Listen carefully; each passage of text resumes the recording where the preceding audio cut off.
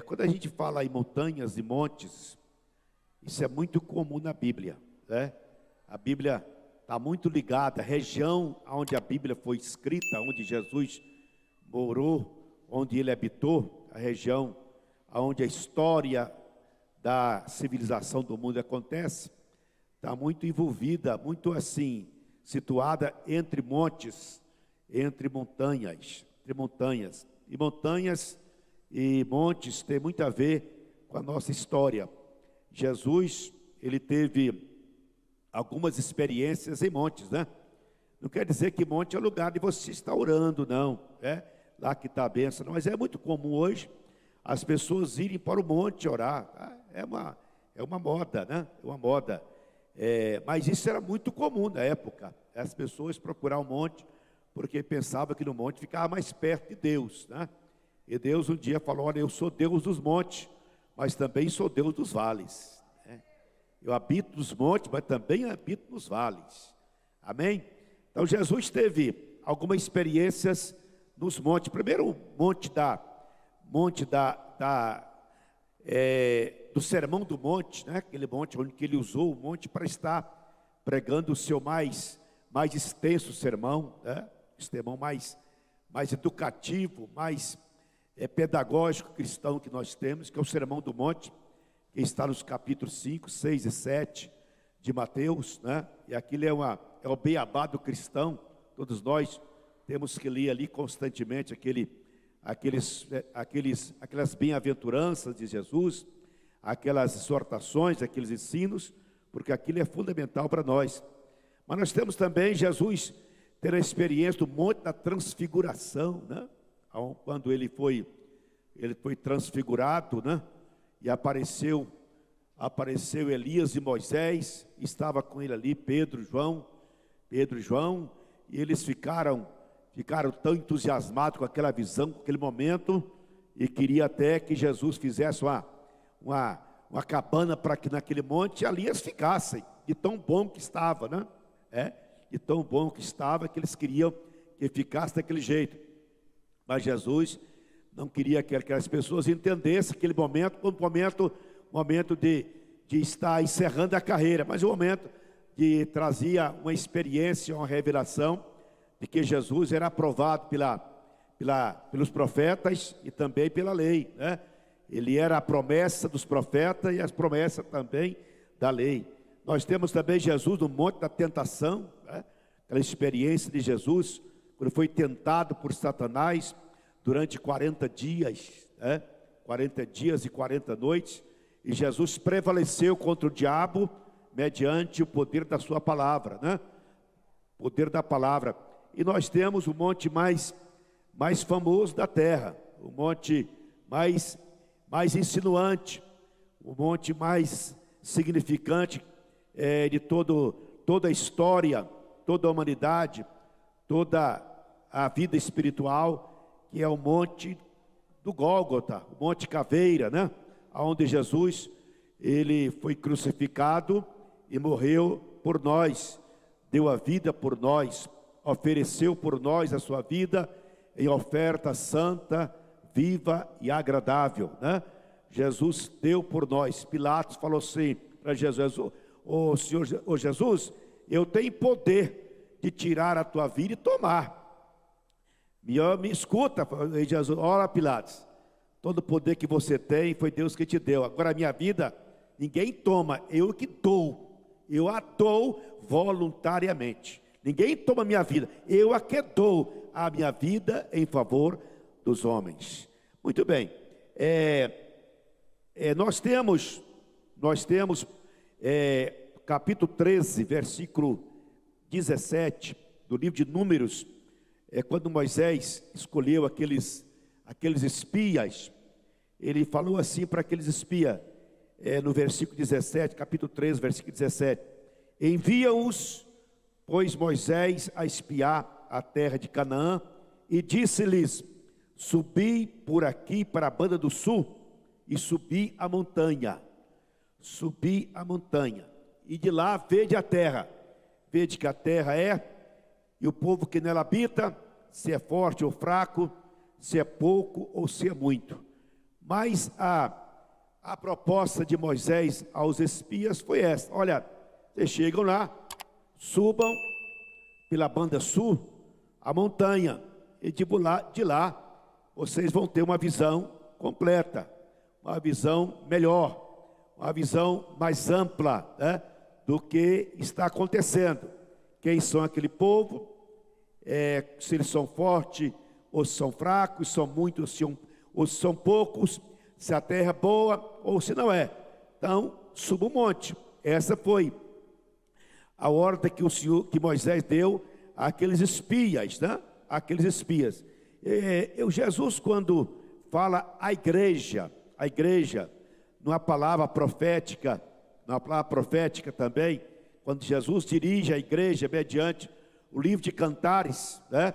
Profeticamente interpretando isso como palavra de Jesus, no capítulo 4, versículo 8, o noivo, que é o Senhor Jesus, diz para a noiva: vem comigo do Líbano, minha esposa, vem comigo do Líbano, olha, desde o cume do Amana, desde o cume do Semir e do Hermon, desde as moradas dos leões, desde os montes dos leopardos. Então Jesus está aqui convidando a sua igreja para subir aos montes, para olhar para a situação, olhar para o que está passando, né?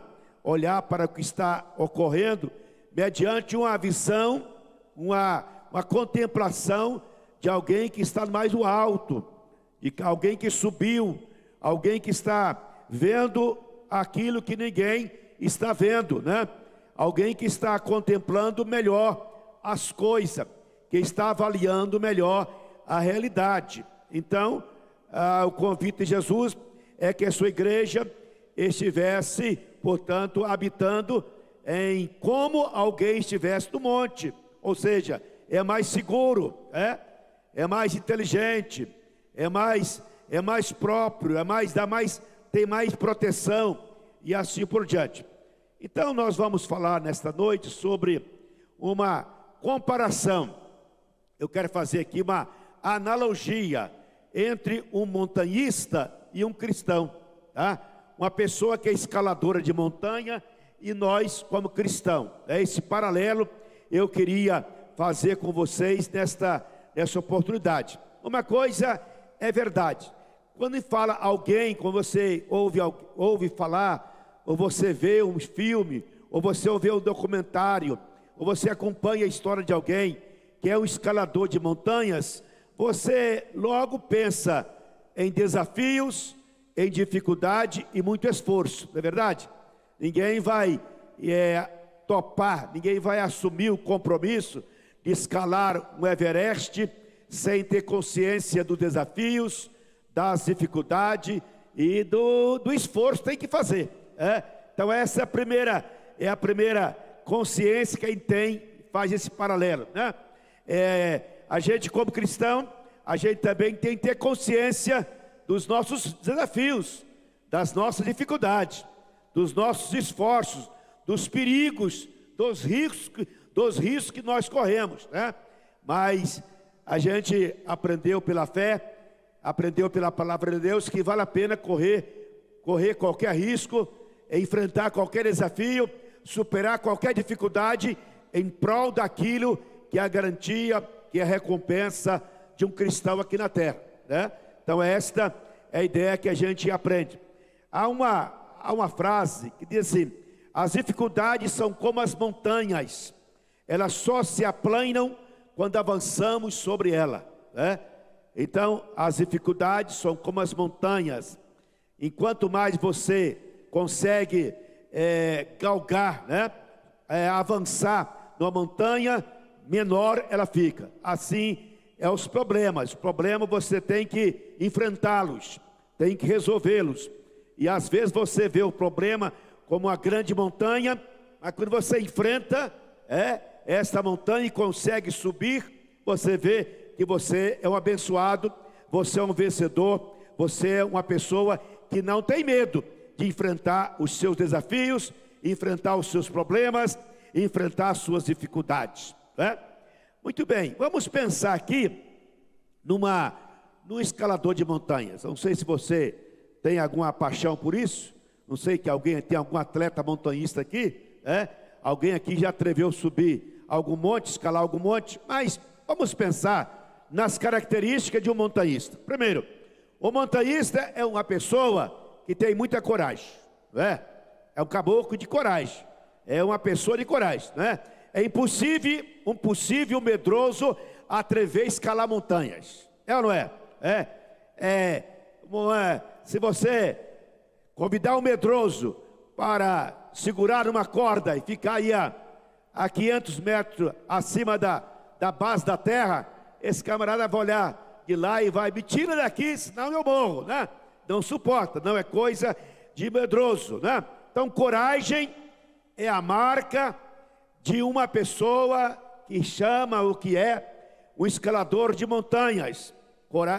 Portanto, escalar montanhas não é serviço, não é atividade de pessoas medrosas, pessoas covardes e pessoas despreparadas, Da mesma forma, é ser cristão, Ser crente não é para pessoa medrosa, pessoa covarde e despreparada. É pessoa que tem coragem de enfrentar desafio, enfrentar dificuldade, enfrentar insulto, enfrentar perseguição, enfrentar qualquer coisa, mas que está definido a alcançar o alvo pelo qual foi chamado, foi escolhido para cumprir na condição de um seguidor de Cristo. Aleluia!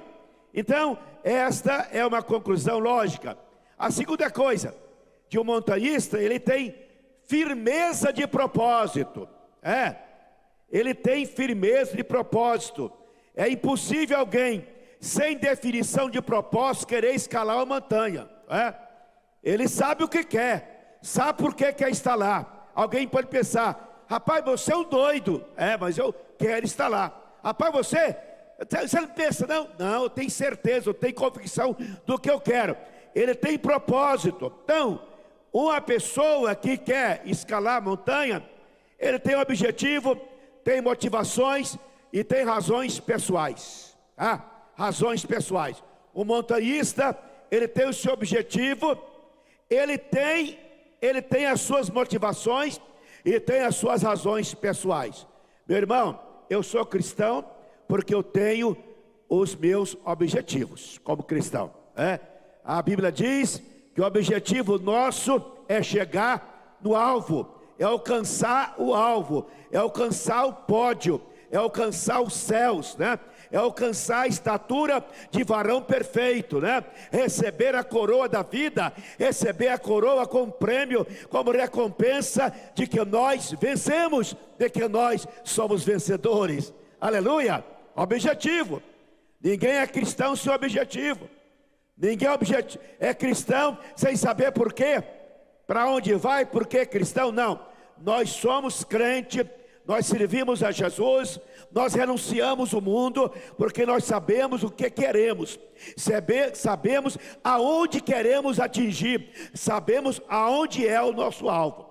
Da mesma forma, nós temos motivações. Irmão, sem motivação de ser crente ninguém dá conta, Aí tem que ser motivado todo dia, a gente motivar. Eu tenho que motivar eu mesmo. Você, meu irmão, tem que motivar a mim. O Espírito Santo tem que te motivar a nós. O pastor tem que motivar as ovelhas. O irmão motivar outro irmão. Nós motivar um ao outro. Nós precisamos viver motivados para que nós não percamos o sentido, a disposição, a prontidão, a firmeza de propósito de continuarmos na caminhada, caminharmos na jornada, caminharmos no caminho que nos propôs Jesus Cristo. Aleluia! E nós temos razões pessoais, Razões pessoais.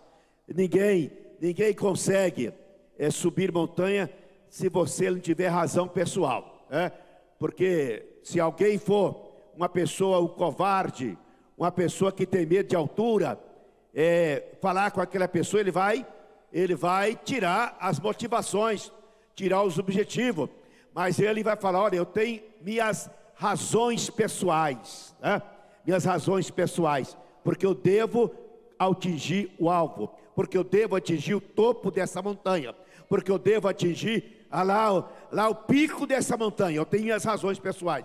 Essas razões pessoais é aquilo que é próprio de cada um de nós, aquilo que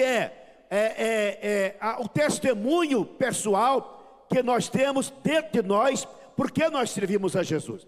Razões pessoais é aquela lógica, é aquela conclusão, é aquela confirmação que você tem da razão da sua fé. Eu tenho razão pessoal porque eu estava perdido e fui achado. Eu era pessoa que era revoltado, desgostoso, era uma pessoa que não tinha paz, não tinha sentido de vida, e fui alcançado pela graça. Agora eu tenho paz, tenho sentido de vida, eu fui transformado, não sou o que eu mais era, agora eu sou um homem feliz. Então eu tenho que ter as minhas razões pessoais, amém? Então, razões pessoais é a nossa firmeza de propósito, né? É a firmeza de propósito, né? A gente tem que ter as nossas razões pessoais. É o testemunho que tem dentro da gente, né? Porque eu sou crente, porque eu sirvo a Jesus, porque que vale a pena, porque que eu não desisto, porque eu que não recuo, porque que eu vou avante. Sabe por quê? Porque eu tenho razões pessoais. Se não fosse Jesus na minha vida, o que seria de mim, né? Eu tenho razões pessoais, porque se não fosse Jesus na minha vida, onde eu estaria nessa hora? Eu tenho razões pessoais, porque eu dependesse do meu pensamento, das minhas sugestões, dos meus sentimentos, eu estava acabado. Mas graças a Deus que eu fui alcançado pela graça do Senhor Deus. Então eu tenho as minhas razões pessoais, né? O Sérgio Camargo está aqui. Tem muito tempo de cristão, e tem as suas desafios, as suas dificuldades, as suas insultas, as suas pelejas, mas no fundo do coração ele fala assim: eu tenho razões pessoais para continuar fiel ao meu Senhor. Eu tenho razão pessoal para continuar firme na minha jornada. Eu tenho razão pessoal para continuar avançando sobre o monte e alcançando o topo da montanha. Amém? Agora, meus irmãos, veja bem, o montanhista, ele alcança um lugar que exige seus limites, né? Exige seus limites. Ele vai no limite da sua força, da sua resistência. Ele suporta, sabe, algumas experiências, alguns montanhistas, ele gasta o último reserva de oxigênio do pulmão para conseguir chegar aonde ele quer chegar. Ele vai no limite. Irmão, a gente tem que saber o seguinte: olha, nós como cristãos, no nosso limite para servir a Jesus, nós temos que gastar, nós temos que ir até onde for possível, aonde depender da minha resistência, da minha força, da minha disposição, do meu ânimo. Eu tenho que estar mostrando, evidenciando a minha prontidão. Agora, quando acabar o meu limite, aí pode deixar que Jesus cuide da nossa vida e nos sustenta, nos fortalece, nos alimenta, nos aviva, nos renova para prosseguir a nova etapa da nossa vida. Amém? Agora veja bem, se você procurar a satisfação que existe no montanhista, de não recuar, de não desistir por causa dos desafios, das dificuldades, das lutas, dos riscos que ele corre, você perguntar: qual que é a satisfação que você tem em correr tanto risco, em passar? Você vê tantos que não alcançaram, morreram na caminhada. Por quê? Qual que é a satisfação? Sabe, meus irmãos, a satisfação, isso aí é personalístico, né? É personalístico. É a alegria de contar que conseguiu. É a alegria de saber que venceu. É a alegria de saber que venceu. A coisa mais satisfatória que tem de uma pessoa é ele, internamente, ele entender, graças a Deus, eu consegui, eu venci, eu superei, vencer a fraqueza, vencer o eu, vencer os desafios, vencer o medo, vencer as perseguições, vencer os riscos, né? Você venceu, e chegar nesse estágio é uma satisfação muito pessoal, muito particular, né? Irmão, a razão de você ter chegado até aqui no dia de hoje, tá? Não sei quanto tempo de vida cristã que você tem. Eu tenho já quase 50 anos. Eu não sei quanto você tem. Mas veja bem, você pode ter quanto você tiver. Mas quando aonde você está, no grau que você está, no nível que você está, você diz assim, eu tenho satisfação de saber que até aqui o Senhor cuidou de mim, até aqui eu consegui chegar, e eu tenho certeza que o mesmo Deus que me trouxe até aqui, vai me levar até lá, amém? Vai me levar até lá, isso é satisfação. Olha, a gente quando pensa numa pessoa com essa disposição, é a pessoa que tem determinação, né? É determinação. Irmão, sem determinação, a gente não chega em lugar nenhum, né? Você pode ser um empresário, você pode ser uma pessoa aí que está fazendo seu curso para ser uma juíza, né? Você que está fazendo seu curso para ser uma médica, né? Ser uma doutora, uma medicina. Você que tem o seu comércio, que você quer ser um comércio abençoado, você que é corretor de imóvel, quer ser o melhor corretor de imóvel de Goiânia, você que é empresário do ramo de tintas, não importa, você que é reciclador de lixo, não importa, determinação de chegar aonde você acha, você entende que é o pódio, né? A gente tem que ter determinação. Então, crente tem que ter determinação no que ele quer, né? Eu não posso mudar meu foco, né? Eu não posso eu tenho que estar disposto a enfrentar as piores dificuldades possíveis, né? Em prol de uma realização para alcançar o topo, né? O topo. Este é o objetivo nosso.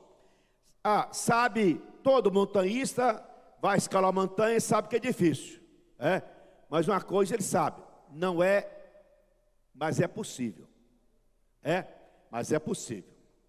Deixa eu falar para você uma coisa, ser santo é difícil, mas é possível. Ir para o céu é difícil, é difícil, mas é possível. Ter comunhão com Deus é difícil, mas é possível. Ter alegria do Espírito Santo é difícil, mas é possível. Exercer os dons espirituais é difícil, mas é possível. Então, tudo que é possível a nós, não importa a dificuldade, nós com determinação vamos ter. Amém? Olha, a palavra que a gente ouve dos montanhistas é o seguinte: a gente chega, se você chegar e entrevistar um montanhista lá no topo do Everest, você for lá na topo do Everest, perguntar, fazer uma entrevista com ele, ele vai falar assim: outros conseguiram, eu também posso conseguir. Essa vai ser, outros conseguiram, eu também posso conseguir. Essa é a ideia que eles têm. Agora, é interessante na Bíblia, a Bíblia fala assim: olha, irmãos, fala bem assim, a carreira que está proposta, Moisés venceu, Abraão venceu, Davi venceu, Samuel venceu, Isaías venceu, Elias venceu, João Batista venceu, Paulo venceu, Pedro venceu. Se eles venceram, eu também posso vencer. Aleluia! Esta é a ideia que nós temos que ter. Então, se eles conseguiram, nós também conseguiremos, porque a mesmo material que eles confiaram é o que nós confiamos. A mesma palavra que eles fiaram é a mesma que nós estamos seguros, né? A mesma esperança que eles depositaram é a mesma esperança que nós temos. Então, esta arte de superação é próprio de cristão, né? É próprio de cristão. A cristão é aquele camarada, aquela mulher, aquele homem que aprendeu desde cedo a arte de superar dificuldades, desafios, né? Desafios, problemas, luta, aprendemos. Nós somos doutores, né? E pior que quando nós encontramos um cabra que não supera a dificuldade, a gente chama de mole. Ô cabra, você é mole demais, rapaz. Não é? Nós não damos, gente, nós crentes somos atrevidos. Nós não damos, caboclo está com problema, seu problema perto daquele problema é pequenininho, rapaz, desconfia. Eu tinha um pastor que não tinha jeito de contar problema para ele. Ele ia contar problema para ele, rapaz, desconfia. Crente tem medo de problema não, crente tem medo de dificuldade não, rapaz. E não conta dificuldade para mim não, só conta vitória. Não concentra no problema, não concentra na bênção. Sabe o que é verdade? Irmão, a gente não pode ficar concentrado no problema, na dificuldade, na luta, né? Não pode ficar concentrado nas oposições, né? Na dificuldade. A gente tem que concentrar na bênção, concentrar na vitória, concentrar no alvo, concentrar na recompensa, concentrar na nossa galardoação. Aleluia. Na verdade, subir o monte Caleb não é para qualquer um não, né? É qualquer um mesmo não. Ir para o céu não é qualquer um não, é só para aqueles que não recuaram, não desistiram, né? Não voltaram atrás, né? Não cochearam em dois pensamentos, mas prosseguiram para o alvo. Prosseguiram para o alvo. Irmãos, a gente, quando pensa num montanhista, a gente pensa o seguinte: o camarada tem que ser muito treinado, preparado, não é? Tem que ser preparado, emocionalmente, fisicamente, psicologicamente, tem que ser preparado. Tem que ter preparo, senão ele não dá conta de enfrentar os intempéries, não dá conta de enfrentar os desafios, entrar as ventanias, a falta de oxigênio, o oxigênio baixo. Eu já subi a 4.300 metros, que você não sabe. Eu já subi na montanha, na Cordilheira dos Andes, a 4.300 metros. Quase morri. E lá tem história que muitos morreram. Muitos pastores meio gordinhos, apavorados, andaram, chegaram lá, puf, morreu, voltou morto. Tem história lá.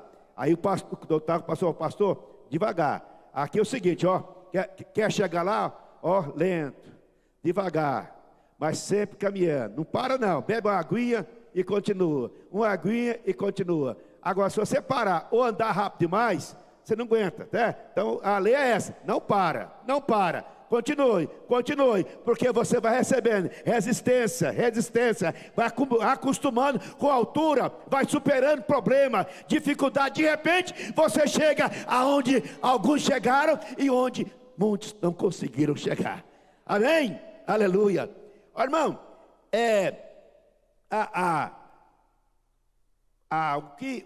o segredo do montanhista é o material que ele usa, né?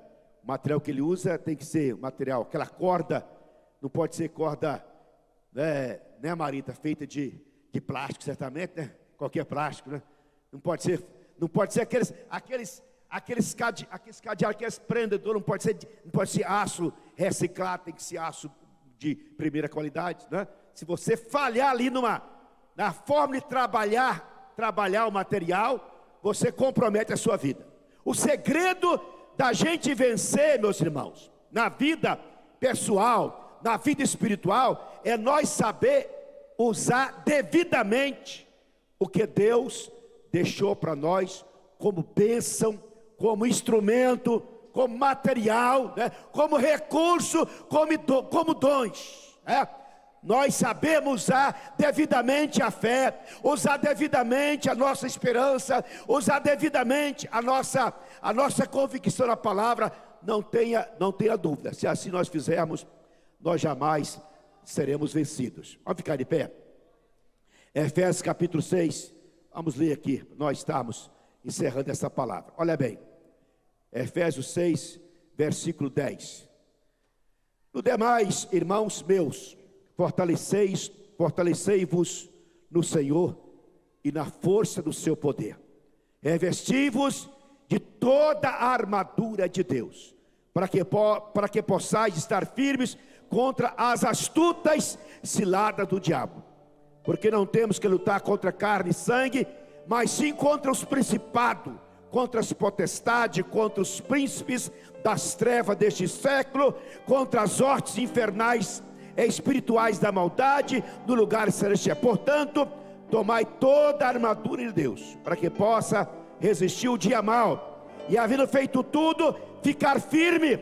Estais, pois, firme, tendo cingido o vosso lombo com a verdade, vestido a couraça da justiça, calçados os pés na preparação do evangelho da paz, tomando sobretudo o escudo da fé, com o qual podeis apagar todos os dardos inflamados do maligno.